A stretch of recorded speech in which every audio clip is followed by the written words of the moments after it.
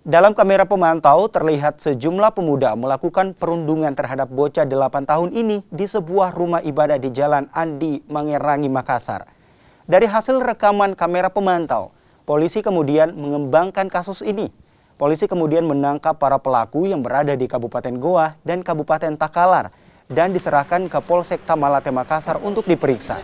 Dari hasil penyelidikan polisi, pelaku mengaku melakukan perundungan hanya untuk bercanda dengan korban. Sementara itu, korban mengalami luka di bagian kepala. 3 orang diamankan di wilayah Makassar, 1 orang di wilayah Takalar, dan 1 orang di Kabupaten Goa. Ini perannya apa saja Pak ini?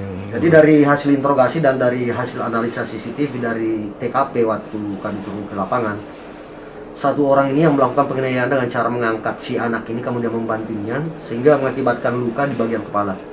Sementara keempat orang lainnya ikut serta turut melakukan perundungan dengan cara ada yang menarik rambutnya, kemudian melempari dengan sendal, kemudian ada bagian 2 orang yang memberikan sabun ke rambut si anak kecil ini kemudian menyiramnya dengan